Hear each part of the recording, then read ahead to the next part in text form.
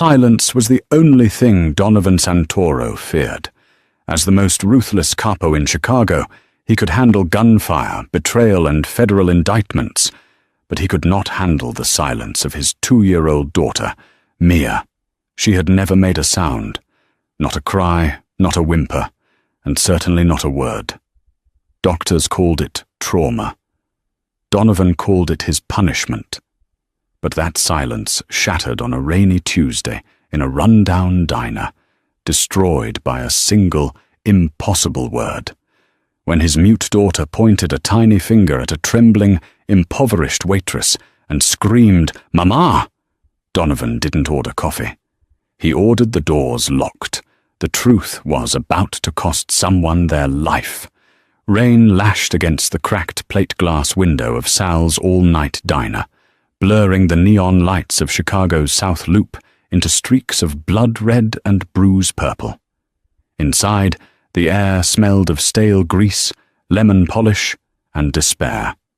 Shannon Foster adjusted her apron, wincing as the coarse fabric rubbed against the fresh bruise on her hip, a parting gift from her landlord when she was 3 days late on rent. Shannon checked the clock. 2:40 a.m. The graveyard shift was usually dead, populated only by long-haul truckers and insomniacs, but tonight the atmosphere felt heavy, like the air before a tornado touches down. She wiped the counter for the 10th time, her reflection in the metal napkin dispenser, showing a woman who looked far older than her 24 years. Her blonde hair was pulled back in a severe bun, and dark circles shadowed eyes that had once been a vibrant green, but were now dulled by exhaustion. "Shannon, quit scrubbing the varnish off the counter," Sal grunted from the kitchen, the sizzle of bacon punctuating his raspy voice. "You're making me nervous." "Just keeping busy, Sal," Shannon replied, her voice soft. "Rent is due again on Tuesday. I need the hours." She didn't mention that she was also saving for a lawyer. 2 years ago, Shannon had woken up in a charity ward at Cook County Hospital with a jagged scar on her hairline and a hollow ache in her chest that no doctor could explain. The police report said car accident. The medical file said she had been alone. But Shannon had nightmares of a baby crying, a phantom infant she couldn't remember bearing, but whose weight she felt in her arms every time she slept. They told her it was a side effect of the head trauma, a psychological manifestation of loss. Shannon knew they were lying. Headlights cut through the gloom outside, blindingly bright. Not the yellow wash of a taxi, but the stark, blue-white beams of luxury SUVs. 3 black Escalades pulled up to the curb, idling in a formation that suggested military precision. The diner went silent. The 2 truckers in the corner booth stopped chewing. "Trouble," Sal whispered, peeking through the service window. "Shannon, go to the back, now." Before she could move, the diner door chimed. It wasn't a gentle sound. It felt like an alarm. 4 men entered first.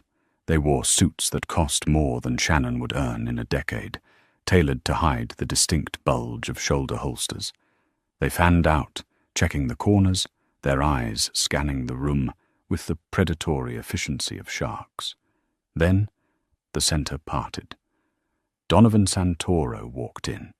Even without reading the tabloids, Shannon knew who he was. Everyone in Chicago knew the Santoro family.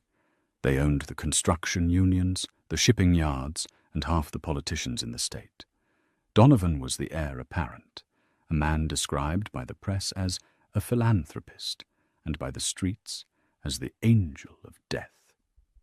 He was terrifyingly handsome, with sharp cheekbones and eyes the color of frozen obsidian. He shook the rain from a black wool coat, his presence sucking the oxygen out of the room. But it wasn't the gun at his hip or the scar cutting through his left eyebrow that froze Shannon in place. It was what he was carrying. Strapped to his chest in a velvet-lined carrier was a toddler. The child was small, perhaps 2 years old, with a mop of dark curls and large, fearful eyes that scanned the room with an intensity that mirrored her father's. Donovan didn't look at the menu. He didn't look at Sal. He walked straight to the booth nearest the heater, sat down, and unbuckled the carrier with surprisingly gentle hands. The 4 guards turned their backs to him, forming a living wall between the boss and the rest of the diner. "Coffee," Donovan said. His voice was a low rumble, deep and gravelly. "Black, and warm milk." Sal shoved a mug into Shannon's hands. His hands were shaking. "Don't look him in the eye," he hissed. "Just serve him and get back here." Shannon took a breath that rattled in her lungs. She filled the mug, heated a small bottle of milk, and walked toward the booth. Her legs felt like lead.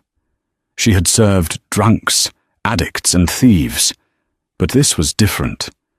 This was power in its rawest form. She approached the table. Donovan was staring out the window, his hand resting protectively on the toddler's back. The little girl was staring at the table surface, completely still. She looked like a doll that had been broken and glued back together. "Here is your coffee, sir," Shannon whispered, placing the mug down. Donovan didn't turn. "Leave the milk." Shannon reached out to place the warm bottle near the child. As her hand moved into the light, the silver locket she wore, a cheap trinket she had woken up with at the hospital, dangled from her wrist. It caught the overhead light, flashing a brief reflection. The little girl's head snapped up. Shannon froze. The child's eyes were wide, a startling, unique shade of violet blue. A sharp pain shot through Shannon's temples. Violet eyes. I know those eyes. The memory was like a jagged shard of glass, a flash of a sterile room, the smell of antiseptic, and a baby with those exact eyes looking up at her. The toddler stared at Shannon. The child's lip quivered. Her tiny hands, which had been clenched into fists, opened. She reached out, her fingers grasping for the air between them. Donovan turned, his brow furrowed. "Mia, what is it?" He looked from his daughter to the waitress. His hand drifted toward the inside of his jacket. The little girl, Mia, ignored her father. She leaned forward against the table, straining against the strap of her high chair carrier. Her gaze locked onto Shannon's face with a desperate, heart-breaking recognition. Then the silence broke. "Ma." The sound was rusty, like a gate that hadn't been opened in years. Donovan went rigid. He stared at his daughter, his face draining of color. "Mia! Mama!" The scream tore through the diner. It wasn't a question. It was a declaration. Mia pointed her finger directly at Shannon's chest, tears instantly spilling over her cheeks. "Mama! Up, Mama!" Shannon dropped the coffee pot. It shattered on the linoleum, sending shards of glass and scalding liquid exploding across the floor. She didn't hear the crash. She only heard the word echoing in her soul, unlocking a door she didn't know existed. Tears blurred her vision without permission. "Baby," she whispered, the word slipping out before she could stop it. The sound of gun hammers cocking filled the room. In less than a second, 4 Glocks were trained on Shannon's head. Donovan Santoro stood up slowly. The shock on his face had been replaced by a mask of cold, lethal fury. He looked at his weeping daughter, who was reaching frantically for this stranger, and then he looked at Shannon. "Who sent you?" Donovan asked, his voice deadly quiet. I don't," Shannon stammered, raising her hands. "My daughter hasn't spoken a single word since the day she was born." Donovan stepped over the broken glass, ignoring the hot coffee soaking his Italian leather shoes. He got into Shannon's face, close enough that she could smell the expensive scotch and gunpowder on him. She has never called anyone that. Not even the nannies. Not even me. He grabbed Shannon's wrist, his grip like iron, pulling her arm up to look at her face. He scanned her features, the nose, the chin, the eyes, searching for a ghost. "Mama! Mama!" Mia was wailing now, a sound of pure devastation. "Adrian!" Donovan barked, without looking away from Shannon. The largest bodyguard stepped forward. "Boss! Clear the diner, kill the cameras." Donovan's eyes were black holes, threatening to swallow Shannon whole. "And bring the car around. She's coming with us." "Wait, no!" Shannon tried to pull back, panic finally overriding the shock. "I don't know you. I've never seen her before. Please." "You're lying," Donovan hissed, pulling her closer until their noses almost touched. "Because my daughter doesn't lie, and she thinks you're the woman who died 2 years ago." The ride was a blur of motion and terror. Shannon was sandwiched between 2 guards in the back of the second SUV. They hadn't handcuffed her, but the threat was clear. Move, and you die. She watched the city streak by, her mind racing. The woman who died 2 years ago. The timeline matched. The accident. The coma. The empty space in her memory where a life should have been. She looked at the back of the lead SUV, where Donovan and the child, Mia, were riding. Why did she call me that? Shannon touched her own face. Do I look like her mother? Or, am I? The thought was insane. Shannon Foster was a nobody, an orphan raised in the foster system of Ohio before moving to Chicago. She had records, tax returns, a life. But as the car turned off the highway and headed toward the Gold Coast, the affluent heart of the city, doubt gnawed at her. Why were there no photos of her between the ages of 20 and 22? Why did she have a C-section scar that the doctors at Cook County claimed was from an appendectomy gone wrong? The convoy slowed, pulling into the private underground entrance of the Sovereign Tower, a glass needle piercing the Chicago skyline. This was Santoro territory. "Out!" Adrian commanded. They marched her into a private elevator. The numbers climbed. 40, 50, 60. Penthouse. When the doors opened, Shannon gasped. The space was cavernous, a palace of marble and glass overlooking Lake Michigan. But it felt cold. Sterile. There were no toys on the floor, no family photos on the mantel. It was a fortress, not a home. Donovan was already there, pacing the living room. He had removed his coat, revealing a tailored vest and dress shirt, the sleeves rolled up to expose muscular forearms covered in intricate tattoos. Mia was in his arms, clinging to his neck, her face buried in his shoulder. She was still sobbing, soft, hiccuping sounds that tore at Shannon's heart. Donovan turned as Shannon entered. He signaled the guards to stay by the door. "Sit." He pointed to a white leather armchair that looked like it had never been sat in. Shannon remained standing, clutching her apron. "I want to go home. I have a shift. Sal has been compensated," Donovan interrupted. "He thinks you quit. If you leave this room without my permission, you won't make it to the lobby." He walked toward her, the rhythmic thump-thump of his dress shoes echoing on the marble. He stopped 5 feet away. Mia lifted her head.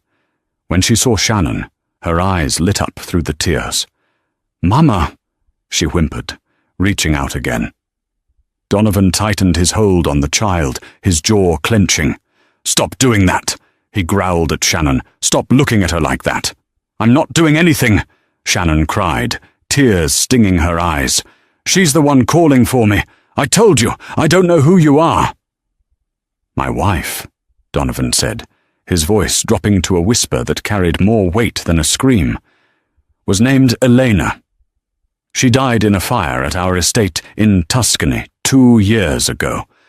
Her body was never recovered, only traces." He stepped closer. "You have her eyes. You have her nose. But Eleanor had a scar on her left collarbone from a childhood fall. Show me." "What? No!" Shannon grabbed her collar. Donovan didn't ask twice. He handed Mia to a hesitant maid who had appeared from the hallway and lunged at Shannon. "Don't touch me!" Shannon screamed, fighting back. She wasn't a trained killer, but she was a girl who had survived the foster system. She stomped on Donovan's expensive shoe and tried to shove him away. He didn't even flinch. He pinned her arms to her sides with one hand and ripped the collar of her uniform down with the other. Shannon squeezed her eyes shut, waiting for a blow. Silence returned to the room. Donovan's breath hitched. His fingers traced the skin of her collarbone. It was trembling. Shannon opened her eyes. Donovan was staring at her skin. There was no scar there, just pale, unblemished skin. He exhaled, a sound that was half relief, half disappointment. He stepped back, releasing her. "No scar," he muttered. "It's not her. I watched the house burn down. Can I go now?" Shannon pulled her uniform together, her hands shaking uncontrollably. "No," Donovan said, turning his back to her, "because my daughter, who has been mute for her entire life, just spoke to you. She thinks you are her mother. Until I figure out why, you belong to me." "I am not a piece of property," Shannon snapped, fear giving way to anger. "You can't just keep me here." "I can do whatever I want, Miss Foster," Donovan said, walking over to a heavy oak desk. He picked up a file, her file. He must have had his team run a background check in the 20 minutes it took to drive here. That terrified her more than the guns. "Shannon Foster," he read. "Foster child, high school dropout, worked at 3 diners in 2 years, no living relatives, massive debt from medical bills incurred after a car accident in 2024. He looked up, his eyes narrowing. "Tell me about the accident." "I don't remember it," Shannon said defensively. "I woke up in the hospital. They said I hit a tree." "Which hospital?" "Cook County." Donovan frowned. "And before that? Where were you living?" Shannon paused. The fog in her mind swirled. "I was in Ohio, I think. I moved here looking for work." "You think?" Donovan threw the file down. "There is a gap, Shannon. A 6-month gap in your employment history right before the accident. Where were you?" "I don't know," Shannon yelled. "Why does it matter?" "Because," Donovan walked back to her, his intensity returning. "My wife didn't die in a fire immediately. She was kidnapped first. She was missing for 6 months before the house in Tuscany burned down. The exact same 6 months. You can't remember." The room spun. Shannon grabbed the back of the chair to steady herself. That's a coincidence." "I don't believe in coincidences," Donovan said. "I believe in leverage, and someone planted you in that diner." "Nobody planted me. I was wiping tables." Before Donovan could respond, the maid rushed back into the room. She looked terrified. "Sir?" "Mr. Santoro." "What is it, Maria?" Donovan snapped. "It's Mia, sir. She's hysterical. She's throwing herself against the nursery door. She's hyperventilating. I can't calm her down. She's turning blue, sir." Donovan's face lost its hardness instantly. He sprinted toward the hallway, Shannon following instinctively. They burst into the nursery. It was a room fit for a princess, filled with soft pinks and plush toys, but the scene was a nightmare. Mia was on the floor, screaming silently now, gasping for air, her face turning a terrifying shade of purple. She was clawing at her own throat, panic in her eyes. "Mia, breathe!" Donovan scooped her up, patting her back, but the child was too far gone in her panic attack. She was flailing, fighting him, her eyes rolling back. "She's choking on her own spit," the maid cried. "I called Dr. Evans. He's 20 minutes away," Donovan roared. "She needs air now." Shannon didn't think. She didn't calculate the risk. She saw a child dying. She shoved past the bodyguard at the door and dropped to her knees beside Donovan. "Give her to me," Shannon commanded. "Get back," Donovan snarled. Give her to me, or she dies." Shannon's voice rang with an authority she didn't know she possessed. Donovan hesitated for a fraction of a second, then passed the thrashing child to Shannon. Shannon didn't rock her. She didn't shush her. She pulled the child against her chest, skin to skin, and began to hum. It wasn't a random tune. It was a melody that rose from the depths of her subconscious, a haunting, low lullaby in a language Shannon didn't speak. Italian. "Ninna nanna, ninna o, questo bimbo a chilo do." The effect was instantaneous. Mia went rigid, then limp. Her gasping breaths slowed. Her tiny hands grabbed Shannon's shirt, twisting into the fabric. The purple faded from her face, replaced by a flush of exhaustion. She buried her nose in Shannon's neck and inhaled deeply, letting out a long, shuddering sigh. "Mama," Mia whispered, her eyes closing. Shannon continued to hum, tears streaming down her own face. She knew the song. How did she know the song? She looked up. Donovan was standing over them. But the gun wasn't in his hand anymore. He was staring at Shannon with a look of absolute horror. "That song," Donovan whispered, his voice shaking. Elena wrote that song. She never recorded it. She never sang it to anyone but the baby in the womb. No one else knows it. He dropped to his knees, eye level with Shannon. "Who are you?" he asked. And this time there was no anger, only fear. "Who are you really?" The silence in the penthouse was different now. It wasn't the heavy, suffocating silence of grief that Donovan had lived with for 2 years. It was a tense, electric silence, the kind that comes before a storm breaks. Dr. Evans arrived 20 minutes later, looking disheveled but alert. He was a graying man in his 60s who had patched up more bullet holes than appendectomies. He walked into the nursery, his medical bag gripping his hand like a lifeline, and stopped dead. Shannon was sitting in the rocking chair, her eyes heavy with exhaustion.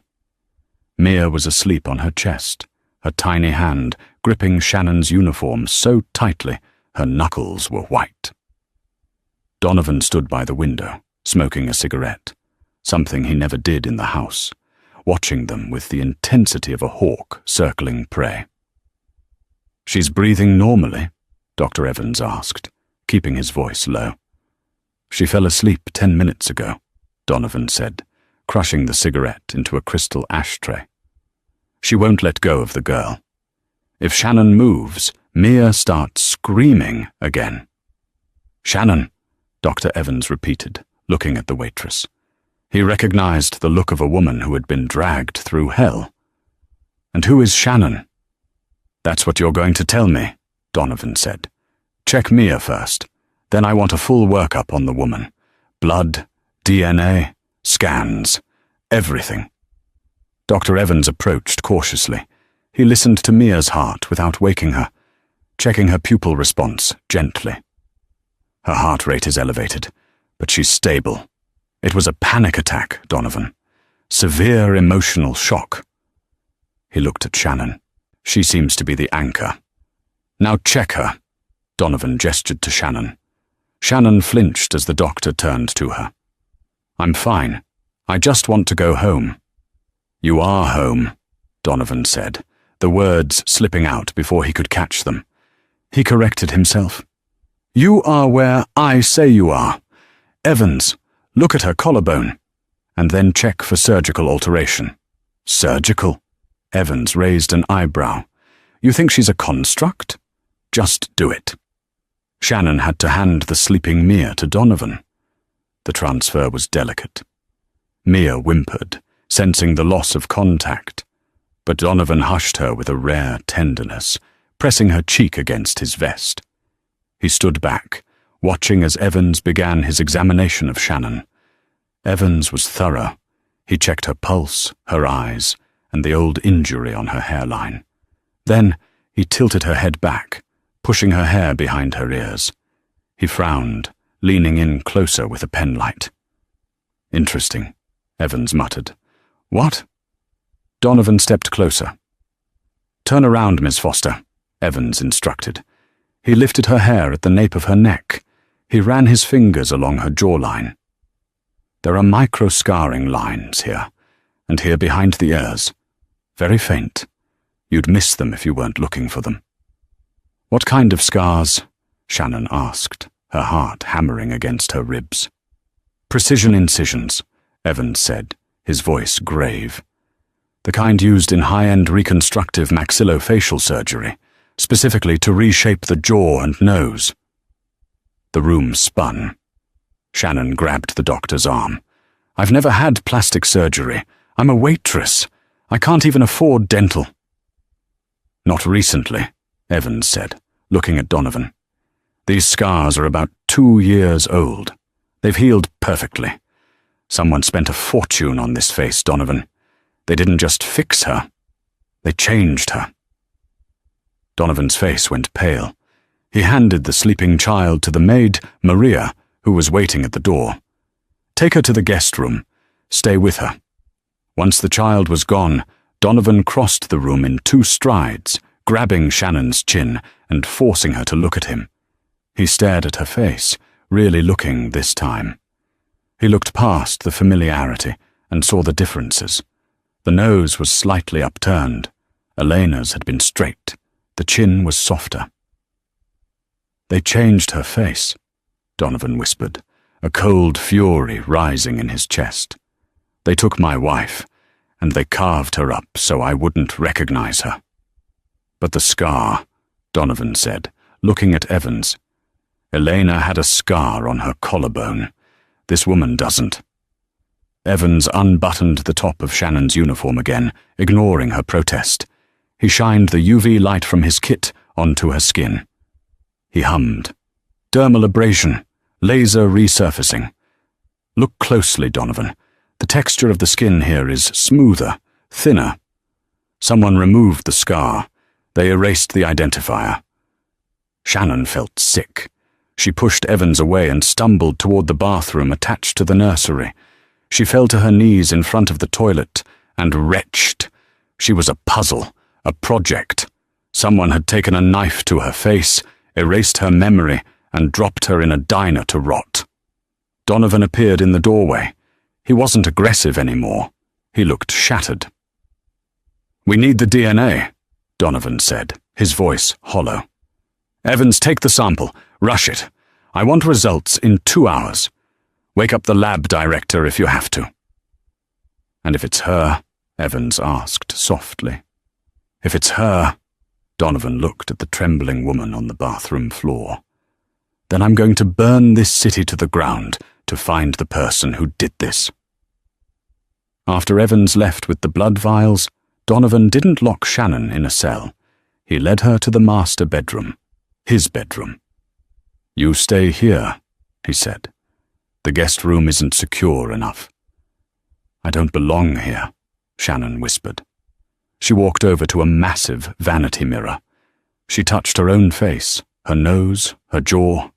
She felt like a stranger in her own skin. I don't even know who I am.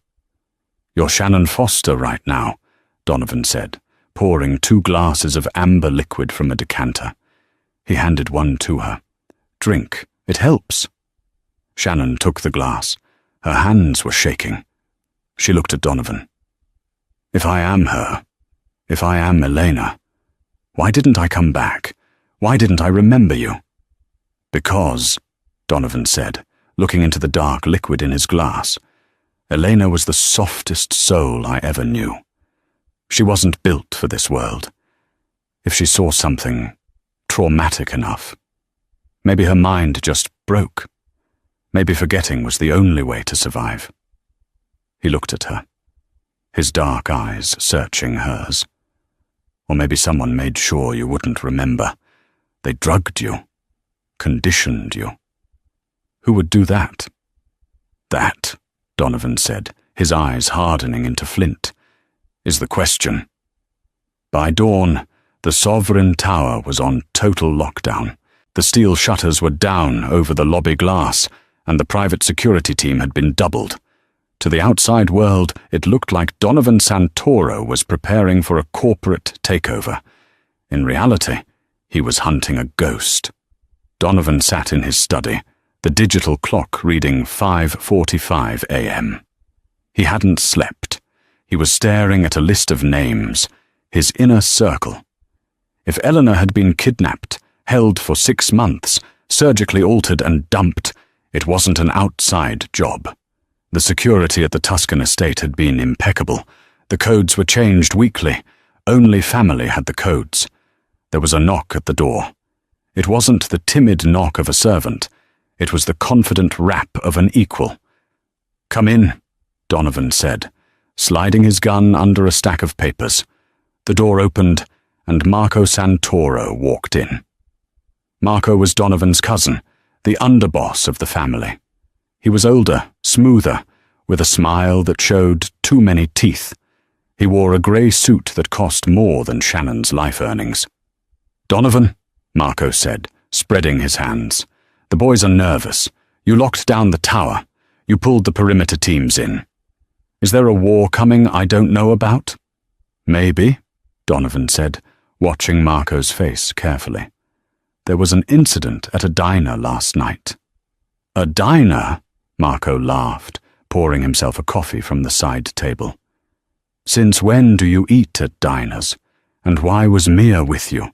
That's reckless, cousin." "Mia spoke," Donovan said. Marco froze.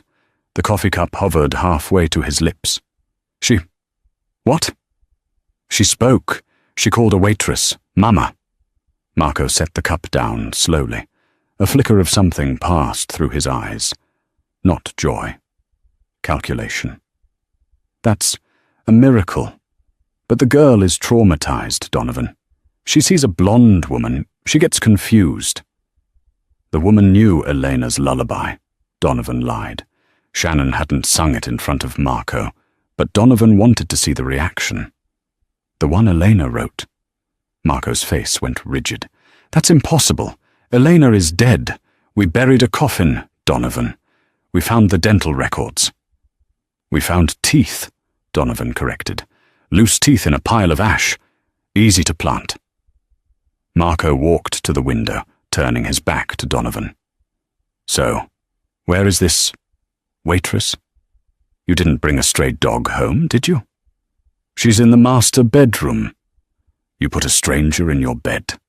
Marco turned around, his face flushed.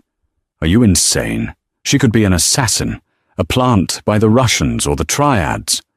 "She's being watched," Donovan said calmly. "Evans is running a DNA test. Results will be here in an hour." "I see." Marco checked his watch. "Well, I should go check on the perimeter. If we have a guest, we need to be secure."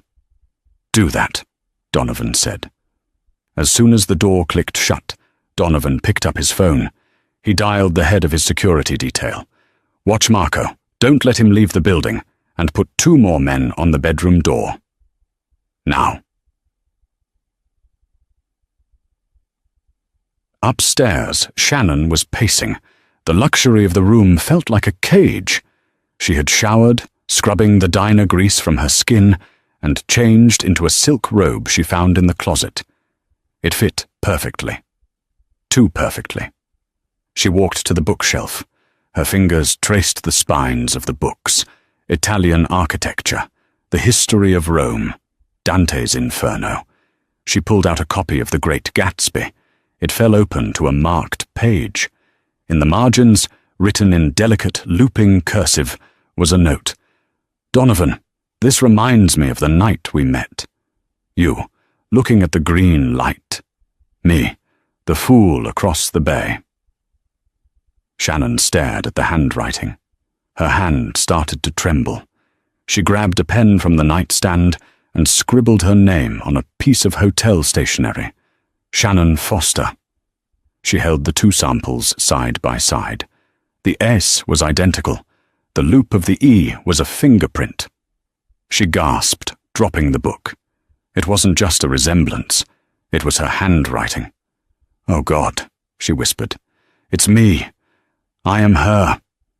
The realization hit her like a physical blow. The waitress, the poverty, the loneliness, it was all a lie. She had a husband, a child, a life of unimaginable wealth and danger. The door handle turned. Shannon spun around. "Donovan!" It wasn't Donovan. A man in a housekeeping uniform entered. He was holding a tray with a silver teapot. He kept his head down. "Compliments of Mr. Santoro, ma'am. Tea for the nerves." "I didn't ask for tea," Shannon said, stepping back, her instincts, honed by 2 years of living on the edge of poverty, flared. The man's shoes were wrong. They were heavy combat boots, not the soft-soled shoes the staff wore. "Mr. Santoro insisted," the man said, closing the door behind him with a decisive click. He looked up. His eyes were cold, dead things. He reached into his pocket and pulled out a syringe. "Who are you?" Shannon backed toward the balcony doors. "Nothing personal, Elena," the man said, using her real name. "You were supposed to stay dead. Marco paid a lot of money to make sure you were gone. You coming back? It complicates the succession." "Marco?" Shannon's mind flashed. A face, a smiling man at a wedding. Cousin Marco. He was the best man. "And he'll be the Don by tonight," the assassin lunged. Shannon screamed and threw the heavy book at him.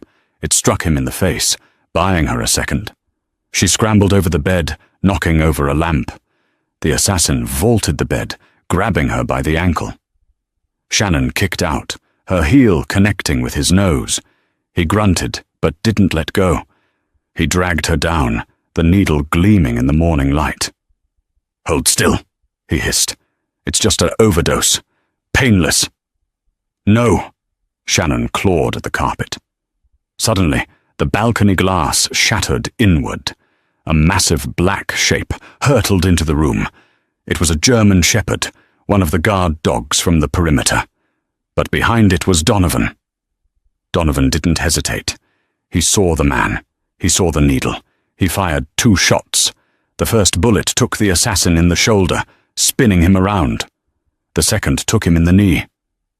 The man collapsed, dropping the syringe. Donovan was on him in an instant. He didn't ask questions. He pistol-whipped the man across the face, once, twice, 3 times, until the assassin was unconscious and bleeding on the Persian rug. Donovan stood up, his chest heaving. He turned to Shannon. She was huddled in the corner, shaking violently. He rushed to her, dropping the gun, and pulled her into his arms. "Did he touch you? Did he stick you with that needle?" "No," Shannon sobbed, burying her face in his shirt. He said Marco sent him. He called me Elena." Donovan went still. The embrace tightened, becoming protective, possessive. "Marco," he whispered into her hair. The name was a curse. The door burst open again. Adrian and 4 guards rushed in, guns drawn. "Boss, we heard shots." "Take this piece of trash to the basement," Donovan said, gesturing to the unconscious assassin. "Keep him alive. I want to peel him apart, slowly." "And Marco?" Adrian asked, looking at the carnage. "Marco is currently in the West Wing," Donovan said, his voice dropping to a temperature that could freeze hell. "Seal the exits. No one leaves." Just then, Dr. Evans ran into the room, waving a tablet. He stopped, seeing the blood, the shattered glass, and the sobbing woman in Donovan's arms. "Donovan!" Evans gasped. "The results! The DNA!" Donovan looked up, his arms still wrapped around Shannon. "Tell me." Evans looked at Shannon, his eyes wide with awe. "It's a 99.999% match," Evans said. "It's not a sibling, it's not a clone. Donovan, it's Elena. She's alive." Donovan closed his eyes. A single tear, hot and heavy, escaped and tracked through the blood smear on his cheek. He buried his face in Shannon's neck, breathing in her scent. The scent he had mourned for 730 days. "Welcome home, amore mio," he whispered. Shannon didn't pull away. The word unlocked something deep in her chest, a memory of warmth, of safety, of this man's arms. "Donovan," she whispered back, but the reunion was cut short by the sound of an explosion. The floor beneath them shook. The alarms began to wail. "The West Wing!" Adrian shouted, looking at his earpiece. "Explosion in the West Wing! It's Marco!" "He's trying to run," Donovan snarled. He stood up, pulling Shannon with him. He handed her a spare gun from his ankle holster. "Do you remember how to use this?" he asked. Shannon looked at the heavy metal in her hand. Her fingers naturally found the safety and clicked it off. Her stance shifted, feet shoulder-width apart. Muscle memory. "I think so," she said, her voice steeling. "Good," Donovan said, looking at the door. "Because we're going to kill my cousin. Together." The Sovereign Tower was no longer a palace. It was a war zone. The explosion in the West Wing had triggered the fire suppression systems, filling the corridors with a thick, choking mist of halon gas and water. Alarms blared a rhythmic, deafening pulse that vibrated in Shannon's teeth.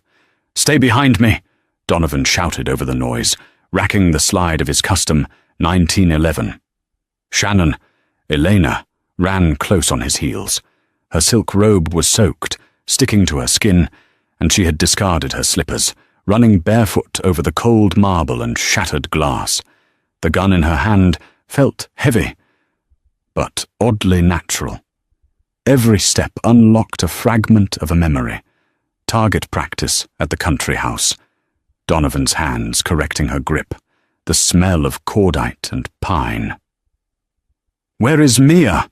Shannon screamed, grabbing Donovan's arm. "You said she was in the guest room. That's near the West Wing." Donovan's face was a mask of terrified determination. Maria was with her. They should have moved to the panic room. They turned a corner and skidded to a halt. The hallway leading to the guest suites was gone.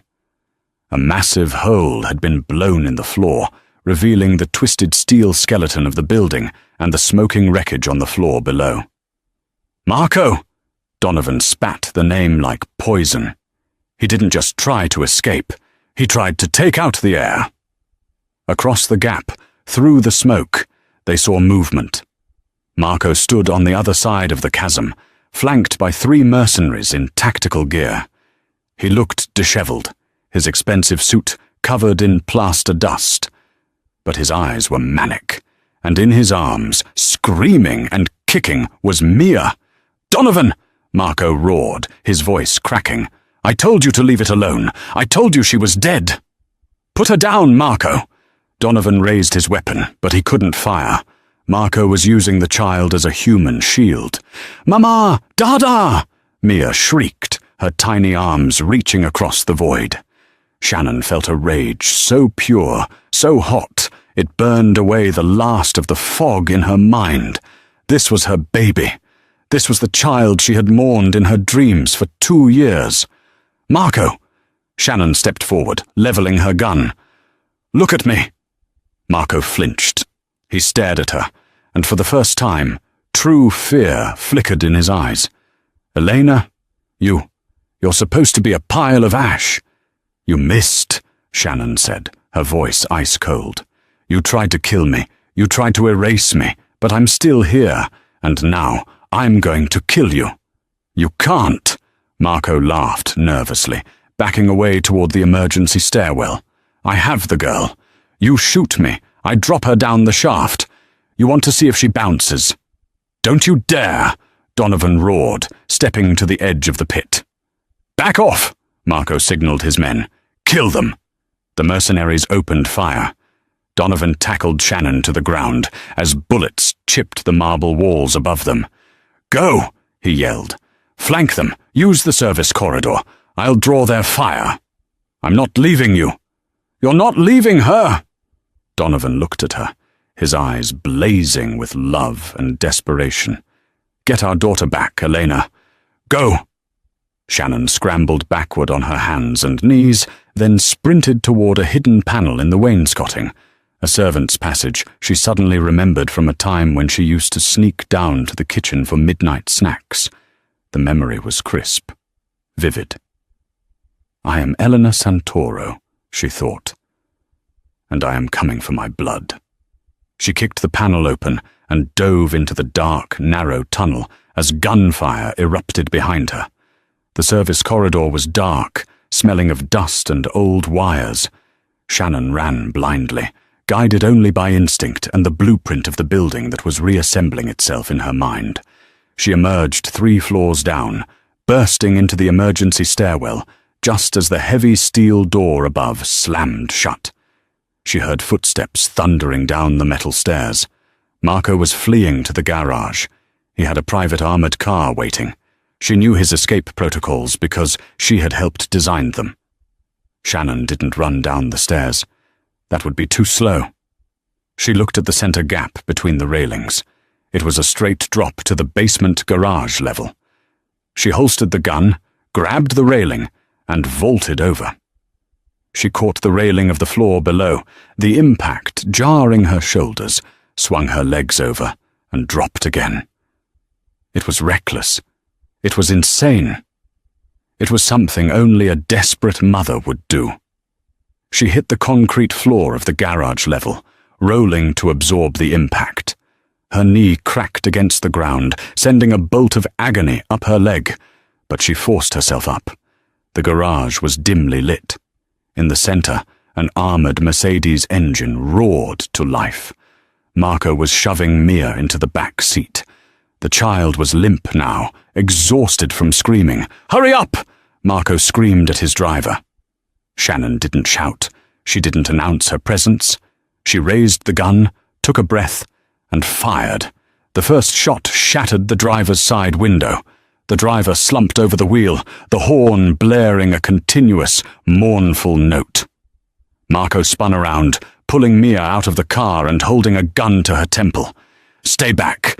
I'll do it. I swear to God, Elena, I'll paint the walls with her." Shannon stopped 10 yards away. She was panting, blood dripping from a cut on her forehead, her bare feet black with soot. She looked like a vengeance demon rising from hell. "Let her go, Marco," she said softly. "It's over. Donovan is coming. The building is sealed. You have nowhere to go." "I can take her with me," Marco yelled, backing toward a secondary exit. "I'll trade her for a chopper. You'll die," Shannon interrupted. "Right here, right now." "You don't have the guts," Marco sneered. "You were always weak, Elena. Playing charity worker, rescuing stray dogs. You don't have the killer instinct." "I didn't," Shannon agreed. She took a step forward. "But then you stole 2 years of my life. You made me a waitress. You made me scrub floors while my daughter thought I was dead." She took another step. "I'm not Elena anymore, Marco. And I'm not Shannon." Marco's finger tightened on the trigger. Shannon saw the twitch in his tendon. Time slowed down. She dropped to her knees, sliding across the oil-slicked concrete. As she slid, she fired upward. It was an impossible shot, a 1 in a million prayer. The bullet struck Marco's hand, the hand holding the gun to Mia's head. His weapon clattered to the floor. He screamed, clutching his mangled fingers. Mia fell to the ground, scrambling away. "Mia, run to Mama!" Shannon screamed, opening her arms. The toddler didn't hesitate. She sprinted across the garage and collided with Shannon, burying her face in her mother's chest. Shannon wrapped her body around the child, shielding her, turning her back to Marco. Marco, sobbing in pain, lunged for his fallen gun with his good hand. "I'll kill you both!" A single thunderous shot rang out. Marco's head snapped back. He collapsed backward, his eyes staring unseeingly at the fluorescent lights. Donovan stood at the stairwell entrance, smoke rising from the barrel of his gun. He walked over, kicked the weapon away from Marco's body, and didn't even look down at his dead cousin. He dropped his gun and fell to his knees beside his wife and daughter. "Elena," he choked out, wrapping his massive arms around them both. Shannon looked up, tears streaming down her soot-stained face. She kissed Mia's head, then looked at her husband. "I remember," she whispered. "Donovan, I remember everything." 3 months had passed since the night the Sovereign Tower burned, and the scars on the building had been repaired with steel and fresh glass. The scars on the family, however, were healing differently, hardening into armor. The grand ballroom of the Santoro estate was a sea of black ties, designer gowns, and nervous whispers. Tonight was not merely a gala, it was a resurrection. The elite of Chicago's underworld, politicians, judges, union leaders, and rival syndicate heads had gathered with the appetite of vultures, eager to confirm the rumors. They whispered that Donovan Santoro had gone mad with grief. They whispered that his wife was an imposter, a broken waitress dragged up from the gutter to play a role. They expected to see a fragile doll, glued together by Donovan's delusion. They were wrong. At the top of the grand staircase, the heavy oak doors groaned open. The orchestra abruptly stopped playing. A hush fell over the room, so absolute that the clinking of ice in a crystal glass sounded like a gunshot. Donovan Santoro stepped into the light. He looked more imposing than ever, his tuxedo tailored to perfection, his stance radiating the lethal confidence of a predator who has successfully defended his territory. But for the first time in years, the room didn't look at him. All eyes were devoured by the woman on his arm. Elena Santoro did not walk. She glided, her movement possessing a lethal grace that hadn't been there 3 years ago. She wore a gown of midnight blue silk that clung to her frame like a second skin, the fabric cascading to the floor to hide the faint, fading burn scars on her ankles, battle wounds she refused to erase. Her hair, once kept in a modest bun during her life as Elena the wife and a messy knot as Shannon the waitress, now flowed in loose, defiant waves around her shoulders. But it was her face that stopped the breath in their throats. It was Eleanor's face, yes, but the softness was gone. The naive girl who had been kidnapped from her garden was dead. In her place stood a woman who had scrubbed floors for minimum wage, who had been erased and forgotten, and who had clawed her way back from the dead with a gun in her hand. "She looks different," a rival capo whispered near the front, his glass trembling slightly. "She looks like him," his associate replied, nodding toward Donovan. They reached the bottom of the stairs, the crowd parting like the Red Sea. Donovan led her to the center of the room, his hand resting possessively on the small of her back. He took a microphone from a trembling master of ceremonies. "Thank you all for coming," Donovan's voice boomed, resonating off the vaulted ceiling. "There have been misunderstandings regarding my family's stability, rumors of weakness, tragedies." He paused, his dark eyes scanning the room, daring anyone to speak. "But fire does not destroy gold," Donovan said, his voice dropping to a dangerous purr. "It only refines it. I want to reintroduce my wife, the mother of my heir, Elena Santoro." He handed the microphone to her. Elena took it. Her hand was steady. She looked out at the faces of the people who had attended her memorial service 2 years ago, the people who had likely conspired with Marco, or at least turned a blind eye to his ambition. "It is good to be home," she said, her voice clear, commanding, and laced with a new, steely timbre. "I have heard the stories you tell. That I was lost, that I was weak." She took a slow step forward, closing the distance between herself and the front row.